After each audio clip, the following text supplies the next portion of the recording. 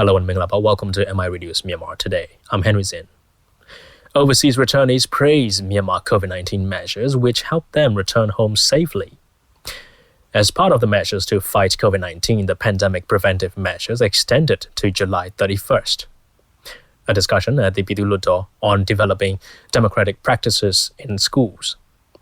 And a story coverage on the real estate market facing different challenges amid COVID-19. Stay with me on Myanmar Today for the reports, but let's take a look at the local news now. State Councillor Aung San Suu Kyi held a video conference Tuesday morning from the presidential palace about bringing home Myanmar nationals from various countries during the COVID period. Ujot Din, Union Minister from the Ministry of International Cooperation, a returnee from India, Mae Aung, and a returnee from Australia, Matanda Aung So, participated in the discussion. The State Councillor said an embassy should be a refuge for Myanmar nationals living abroad and said it was her wish that Myanmar nationals should have a feeling of trust that they would get help from the embassy in time of need. She also said people's cooperation and participation is the key, and that she wanted everyone to follow the rules and regulations issued by the Ministry of Health and Sports as a way of showing gratitude to the ministry. The COVID matter is not yet over. It is difficult to say when it will be over. The State Councillor said she wanted those who have the experience to assist in this process.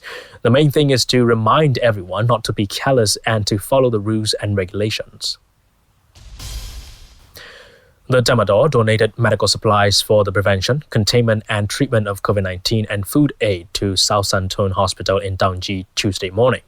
Senior General Mae Line presented medical supplies for COVID-19. Lieutenant General Myozo Thein presented supplement nutritional food. The Senior General also met ethnic representatives of Pa'o Self-Administered Zone, Danu Self-Administered Zone and Inlay Region, as well as the members of Shan Literature and Culture Association at the Panglong Hall of Eastern Command for the donation of medical supplies and food aids. The Central Committee on Organizing the fourth session of the Union Peace Conference 21st Century Panglong held a coordination meeting at the Ministry of the State Councillor Office in Naypyidaw Tuesday. Vice Chairman of the Central Committee, Union Minister Ujot Din Sui, said it was a coordination meeting to prepare for the fourth session of the Union Peace Conference 21st Century Panglong to be convened in the second week of August. The Central Committee Vice Chairman also remarked that both Damodar and the ethnic armed organizations which were directly involved in armed conflicts know the essence of peace very well, so they will be serious in the political dialogue, and he also pointed out that the people in the areas where armed conflicts occurred would desperately hope that the 21st Century Panglong would bring peace, so all stakeholders must exert serious efforts in peace talks for the sake of the Union. Senior officials of the Ministry of Information joined the 21st ASEAN Subcommittee meeting on information via a video conference Tuesday. Permanent Secretary of the Ministry of Information, Umyo Myanmar, and Chairman of Myanmar ASEAN Information Subcommittee and Director General of Myanmar Radio and Television, Ye Nine, represented Myanmar at the meeting. The purpose of the meeting is to enhance mutual understanding among the ASEAN member countries and mutually implement ASEAN projects. The participants discussed the allocation of ASEAN culture budget for ASEAN information sector projects, rules and regulations for information sector projects, and new project proposals. Due to COVID-19, this year's host country, Singapore, organized the meeting online. Myanmar has organized 2 SCI meetings in 2007 and 2018. Thailand will host the 22nd edition of SCI meeting next year. Despite the local travelers visiting Bagan, mini-Owe tricycle taxis face difficulties finding passengers in the archaeological zone in Mandalay region. From the first coronavirus outbreak in Myanmar, travelers have not been allowed to visit the Bagan Nyau archaeological zone for more than 4 months. Now, authorities granted travelers to visit the archaeological zone with time limitation.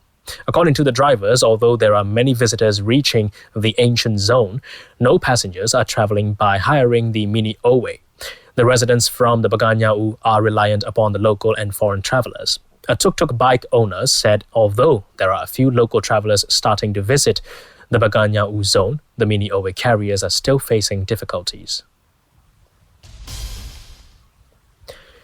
Minister for Planning and Finance of the Yangon region, Myanmar, who also acts as chair of MSME's Agency and Loan Assessment Committee, said the priority sectors for the second 100 billion Jats from COVID fund are agriculture and livestock enterprises, export and import businesses, and vocational schools.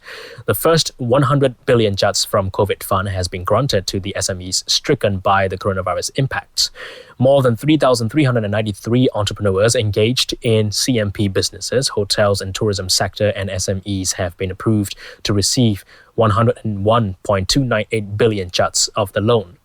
Myanmar said constantly the second batch of 100 billion Jats from the fund is planned for those executing agriculture, livestock, export, import and vocational schools. At present, loans to some SMEs are delayed as they cannot provide all required documents by the respective banks. Therefore, the procedures in seeking loans and financial management courses for SMEs will be conducted for SMEs in the post-COVID-19 period. That's over the local news, and we'll dive right into our first report now. Overseas returnees expressed their thanks to the Myanmar healthcare sector and the embassies which helped them return home safely and smoothly. The Ministry of Labour, Immigration and Population, the Ministry of Health and Sports, and the Yangon region government provided the returnees from foreign countries with proper medical checks and arranged 21-day quarantine for them. Almost 8,000 Myanmar citizens have been brought back home to date. Akajo will tell us more. Returnees from foreign countries praised the Myanmar government's effort in bringing back the returnees home and the containment measures during the pandemic period. The returnees expressed thanks to the Myanmar healthcare sector and the embassies, which helped them return home safely and smoothly, as well as entering quarantine and administering medical checks and treatment. State Councillor Daw San Suu Kyi, Jordan, Union Minister for International Cooperation, the returnees from Australia and India discussed repatriation measures on Tuesday. State Councillor Daw San Suu Kyi said,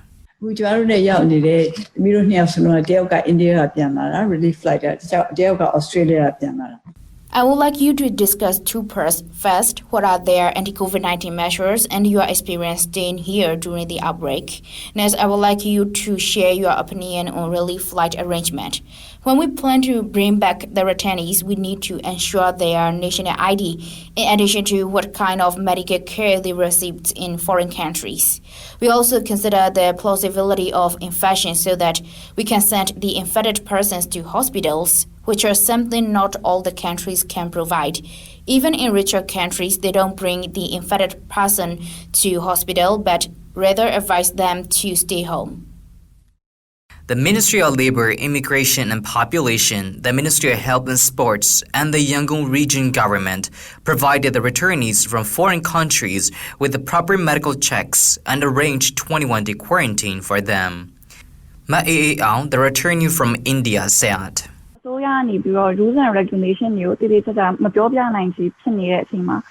I was in India, living was hard in Mumbai. There were no enough beds in hospitals for the patients. The apartment fees soared significantly. We lost jobs, so I kept waiting for the relief flight, and the embassy helped me to evacuate. At the migration processes were long delays, and the embassy helped me with it. I went into hospital quarantine, and I get tested positive, and I was admitted to the hospitals. I was amazed that the hospital facility was improved so greatly. Now I have tested negative for 2 times.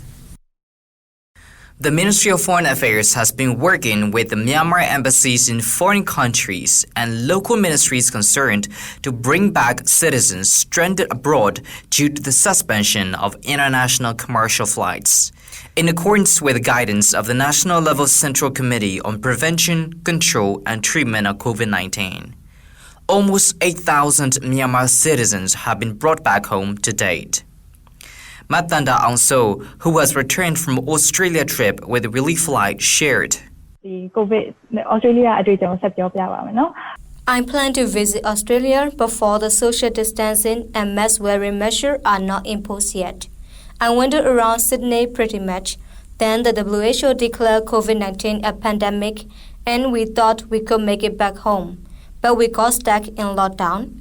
During the lockdown, one of my friends went out to buy perfume, which was not a necessity, and she got fined a huge amount of money. Although the situation around my place was not intense, lockdown was strict. The airline did not arrange anything for us, and they have not refunded our money yet. When it came to relief flight, the embassy and respected department in Canberra helped us out a lot. Next, we have a Facebook group where we help each other to fill form and go through necessary procedures. In terms of protective measure at airport, Myanmar wear better protective outfit and masks, where in Australia they wear masks, but it's not direct and strict. The government has been helping Myanmar workers from different countries as they are not able to return home on their own. So far, the returnees from Thailand and Malaysia are the highest in number. To contain the further widespread of the virus, these returnees from abroad entail strict quarantine. The government has designated many places as quarantine centers where the returnees from abroad are under medical observation for 21 days, and they also go through medical tests for a plausible viral infection at least twice during the quarantine stay. This is Agajo reporting for Myanmar International Radio. That's a report on overseas returnees praising Myanmar COVID-19 measures. We'll move on to the next report. The government's National Level Central Committee on Prevention, Control and Treatment of Coronavirus Disease announced that it will be extending its preventive measures from the 15th to the 31st of July. This is the sixth extension of the prevention and control measures since its first introduction in April. In this extension, the measures include compulsory wearing of face masks when going out and no gathering of more than 5 persons or more, with certain exemptions, including when commuting and involving work. It can also be seen that a lot of people are on the way back to their work and public transportation is full of passengers. Bomo and Williamson have more. The Government National Level Central Committee on Prevention, Control and Treatment of Coronavirus Disease 2019 announced that it will be extending a preventive measure from 15 July to 31st July. It is the sixth time extension of the prevention and control measure since its first introduction in April. In this extension, the measure include compulsory wearing of the face mask when going out and no gathering of more than 5 persons or more with certain exemptions, including when commuting and involving work. Myanmar government has introduced preventive measures since the April. In those previous months, the government urged the people to stay at home as the infection cases increase day by day. In the mid-May, the government relaxed some restrictions and let the restaurant reopening. The workplace and factory has started resuming. Une Lin, the president of Myanmar Restaurant Association, spoke to MI Radio through the phone interview about the current difficulties under the government extension to 31st July. He said, The government ordered to sell only takeaway since April. In the mid-May, the government let the dining services. The most difficulties the restaurants faced the financial problems. They lost amount of income when they did the takeaway services. Even though all the restaurants are not in the normal situation, they have resumed their operations well under the guidances of the Ministry of Health and Sports. The ministry ordered the restaurants to follow social distancing of at least 6 feet apart between desks, wearing the masks while servicing, and ask the customers to wash their hands before entering the restaurants and clean the desk and menus when they are used. There are 800 members in Myanmar Restaurant Association. They all follow the guidelines restricted by the Ministry of Health and Sports. Meanwhile, it can be seen that a lot of people are on the way back to their work. The public transportation is full of passengers. The local transmission hasn't been found out while the cases increase among the returnees. The Ministry of Foreign Affairs has banned all types of the visa and international flight until the end of July, except special relief flight and cargo flight. For the extension and ban on international flight, the hotels and tourism industry have faced difficulties in this COVID-19 period. Min Jo-u, General Secretary of Myanmar Hotelier Association, spoke to MI Radio through the phone interview about the hotels and tourism industry. He said, Because of the COVID-19, the hotels and tourism industry has been affected a lot. In May, the Ministry of Hotels and Tourism led hotels and motels to reopen in line with the restricted guidelines. The hotels in Pa'an and Mandalay have returned to normal with their normal guests in current situation. It is not our country alone which doesn't allow the international flights, but all around the infected countries are also the same matter. By comparing to the countries, our country can restart some businesses, including the tourism. The hotels and motels and guest houses have to measure the temperature of each guest, and they have to follow the social distancing restricted from the Ministry of Health and Sports. In addition to the business and factories, they have many impact on the working class people.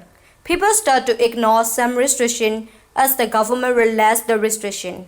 Ko Myo Nai-u, the resident from Yangon, spoke to MI Radio about his opinion on the extension. He said, As the government extends the restrictions, it is very good for the prevention of the COVID-19. It is not very good in business. A lot of businesses start to resume. We have to be patient with these restrictions until the infection is gone. We can say our country is in good condition, but if the second wave comes when we have no prevention, it will be worse than other countries. Now we can see some people started to be careless about the virus. It is not a good attitude. They need to follow the guidelines strictly. According to the data from the Ministry of Health and Sport, the number of COVID-19 cases in the countries are 337 cases with 261 full recoveries and 6 deaths. Myanmar government has extended the restriction since April due to the COVID-19 cases. The government ordered a semi-lockdown of 7 townships in Yangon region since 18 April, and the restaurant and shop were ordered to provide service to customers, takeaway service only, since 12 April. That's a report on the pandemic preventive measures being extended to July 31st. More reports coming up later. Stay with us. Pyithu Hluttaw approved the proposal of calling on the government to form student teams in the democratic and participatory system. The proposal was approved after the discussion of Hluttaw representatives on the second day of second Pyithu Hluttaw's 17th regular session. Dora Susin will tell us more. On the second day of Pyithu Hluttaw's 17th regular session held on Tuesday, the Hluttaw passed the proposal of calling on the government to form student teams for school activities at basic and higher education schools in order to develop democratic practices. Unyanlin from Shipida constituency submitted the proposal of calling on the government to implement a system of establishing teams in basic and higher education schools in which the representatives of classrooms and school council will be elected in line with the democratic and participatory system from the academic year of 2020-2021. This is aimed to strengthen the new generation of youth in order to acquire good democratic practices and develop their physical, mental, and moral well-being. 9 Hluttaw representatives discussed about the proposal from both supportive and opposed views. The supportive Hluttaw representatives highlighted the democracy journey in the country, stating that the future of the country depends on the youth. So it is important for the students to be equipped with the democratic practices since they are young. From the other side, the Hluttaw representatives said that in schools, the school council and other related associations are also formed by the choices of the students in accordance with the guidelines released. It is mentioned in the purpose of school council that the school council is organized in accordance with democratic system in order to develop democratic practices among the students. So I want to request to review whether this proposal is required or not. It is weak to apply the missions of the school council and school teams in practical.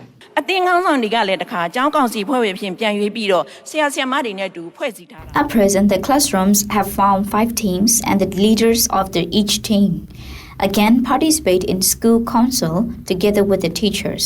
However, their weakness is that these teams are just doing school compound cleanliness and the school sports. They are weak to perform teamwork in discovering new topics, data analysis, and discussion. We have to supervise to make sure the democratic projects of the students make the visions of the basic education to be good citizens, to have great teamwork, to be responsible, and to be innovative. Starting from 1973, in Myanmar, the school teams were formed, but these teams were formed with the students selected by the teachers. Now, in each school, 5 teams are formed with the name of Myanmar's ancient kings and generals, Anoyata, Jansita, Payina, Alampia, and Bandula. Concerning the proposal, Deputy Minister for Education, Uwe Morton, also explained that.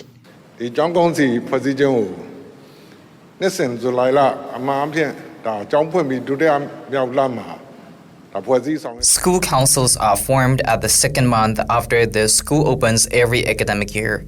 After forming 5 teams in classrooms, one of the leaders of 5 teams is selected as the classroom president. The teachers are also included in the teams. After selecting the classroom representatives, the executive committee of the school council is formed with the head of the school serving as the chairman. The school council members have to commit the promises of the school council at the official ceremony. This activity has been performed since 2013 and 2014 academic years. I agree that proposal to be approved since it is appropriate with the current missions of the ministry. Then, with the agreement of the Hluttaw representatives, the proposal was approved by the Pyithu Hluttaw. News reported by Thora Swisen from Myanmar International Radio. And we have one last report on the real estate market coming up. Stay tuned. We'll be right back. The outbreak of COVID-19 has also greatly affected the real estate market in Myanmar in both sales and renting, especially in Yangon. However, understanding the impacts of COVID-19, the landlords also give some consent to the tenants as exemption from the rental fees, as it is also a hard time for them. For more information on that, we turn to our reporter, Willinson. Many of the people who have moved to Yangon for work and other life opportunities have been one of the most important consumers for real estate market, especially when it comes to apartment rental. However, the outbreak of COVID-19 has directly affected most of the businesses across Myanmar, forcing some businesses to close down temporarily. The economic crisis due to COVID-19 also means that for the commercial cities like Yangon, the rental market has no other option but to see its decline, whether in sale or renting. The decline of the real estate market is directly linked to the economic crisis of the people and the impacts of COVID-19, where many businesses are closed down and the workers left big cities like Yangon. However, there's another surprising story on the other side of the impact of COVID-19. Goso Ted is one of the tenants in Yangon who has been renting apartments for many years, and he spoke to my radio and said, As far as I know, the business of renting apartment is almost stopped. I have some people I know from this sector. The business is not going well for both sale and rental. For the price-wise, there is a slight decline of renting fare. It seems that many of the property owners understand the difficulty these tenants face. As one of the tenants, there is some of exemption between the landlords and the tenants, where the duration of renting and the price is very much negotiable. Uta, who is the vice chairman of Myanmar Real Estate Services Associations, and he also spoke to my radio about the current situation of real estate market, and he said, As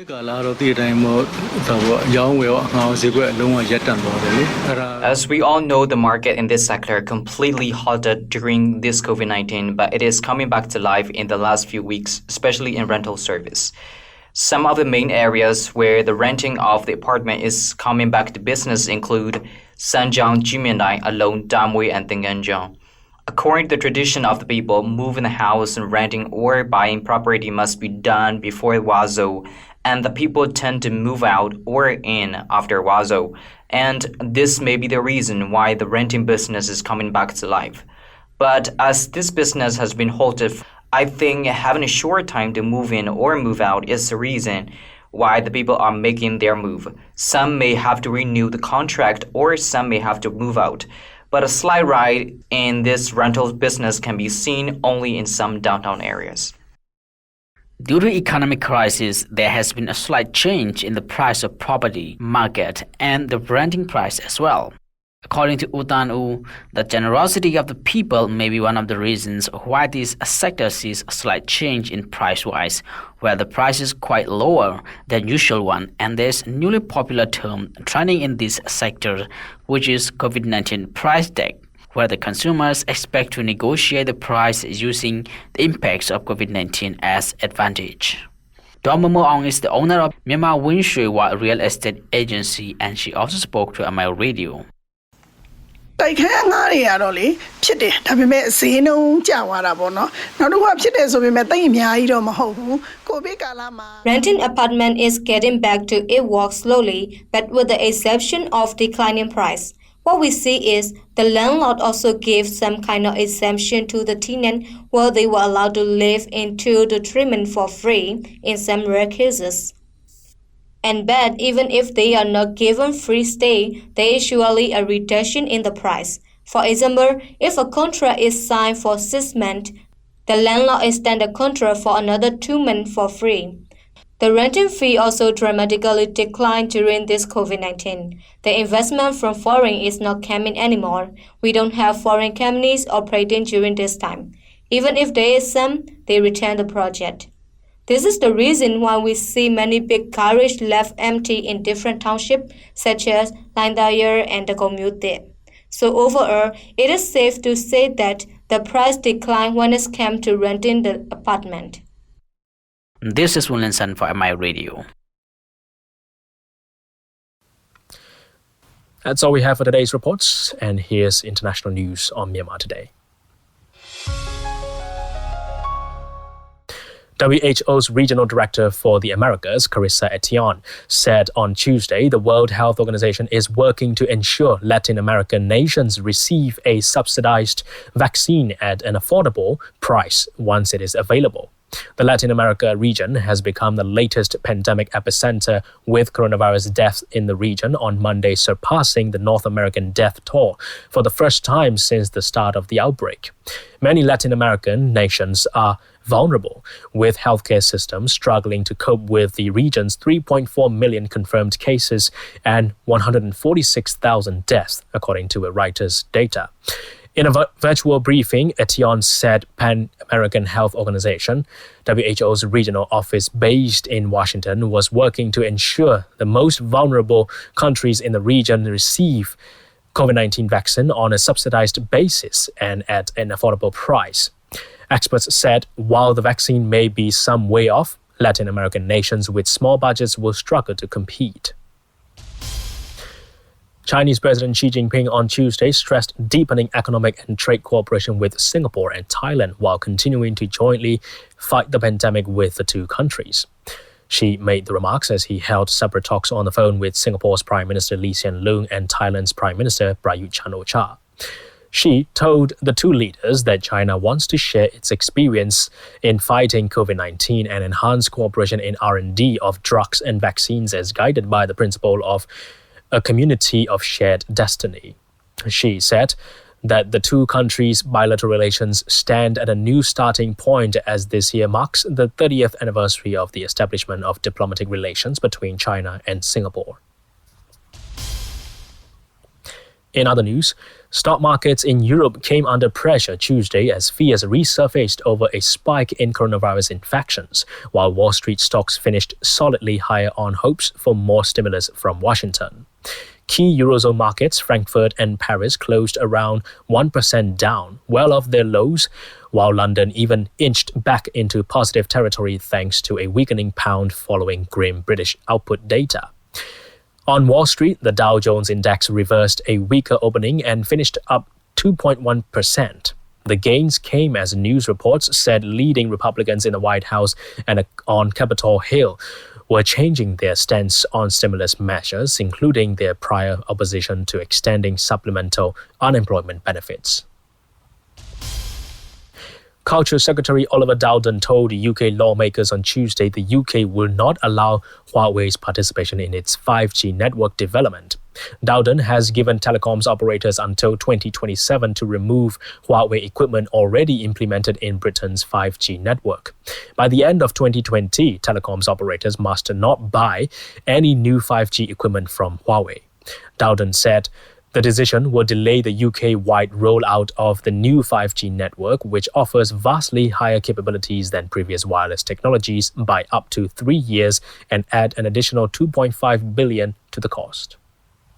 So this morning, the Prime Minister chaired a meeting of the National Security Council. Attendees at that meeting took full account of the National Cybersecurity Centre's advice, together with the implications for UK industry and wider geostrategic considerations. The government agrees with the National Cybersecurity Centre's advice. The best way to secure our networks is for operators to stop using new affected Huawei equipment to build the UK's future 5G networks. So to be clear, from the end of this year, telecoms operators must not buy any 5G equipment from Huawei. And once the Telecom Security Bill is passed, it will be illegal for them to do so.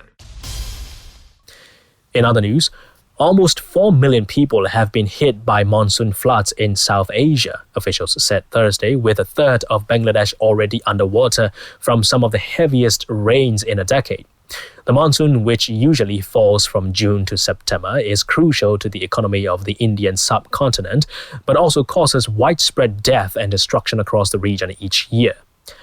The heavy rains have swollen two main Himalayan river systems, the Brahmaputra and the Ganges, that flow through India and Bangladesh.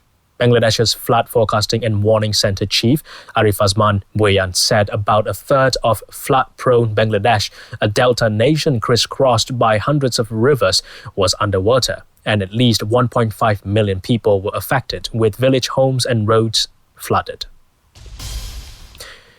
And that's all we have for now. Thanks for joining me on Myanmar Today. I'm Henry Zin. Stay safe and stay protected, everyone. I'll see you again. Goodbye.